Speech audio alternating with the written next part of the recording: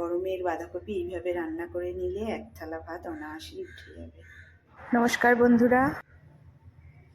গরমকালে বাঁধাকপি এইভাবে রান্না করে নিলে খেতে খুব সুস্বাদু ভালো হয়। আমি প্রথমে একটু নুন আর অল্প জল দিয়ে একটু ভাপিয়ে নিই।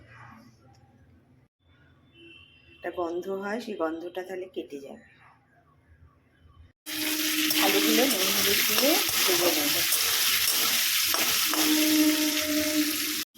তুলে নেব আলুগুলো। দেবো গোটা গরম মশলা, জিরে, তেজপাতা ফোড়ন।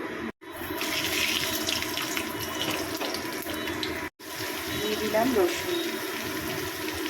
রসুনটা ভাজা হয়ে গেছে, দিয়ে দিলাম পেঁয়াজ। পরিমাণ মতো নুন, কারণ ভাপানোর সময় নুন দিয়ে রেখেছি। হলুদ, ধনে জিরে গুঁড়ো, লঙ্কা গুঁড়ো, একটু জল ঢেলে নেব। পেঁয়াজটা ভাজা হয়ে গেছে, দিয়ে দেবো নুন, হলুদ, লঙ্কা গুঁড়ো, দেবো আদা বাটা। ভালো করে মশলাটাকে কষিয়ে নিতে হবে। মশলাটা কষা হয়ে গেছে, দিয়ে দিলাম ভাজা আলু। এবার দিয়ে দেবো ভাপানো বাঁধাকপি।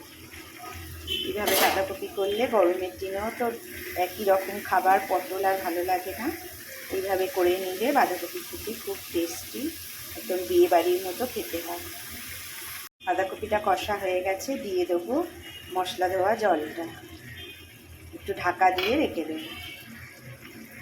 বাঁধাকপিটা হয়ে এসছে, এদিকে সেদ্ধ হয়ে গেছে, সাইড দিয়ে তেলও ছেড়ে গেছে। দিয়ে দেবো গরম মশলা। নাড়াচাড়া করে নামিয়ে নেব। গরম ভাতে দারুণ খেতে লাগে এরকম করে রান্না করলে। নামিয়ে নিলাম, তৈরি।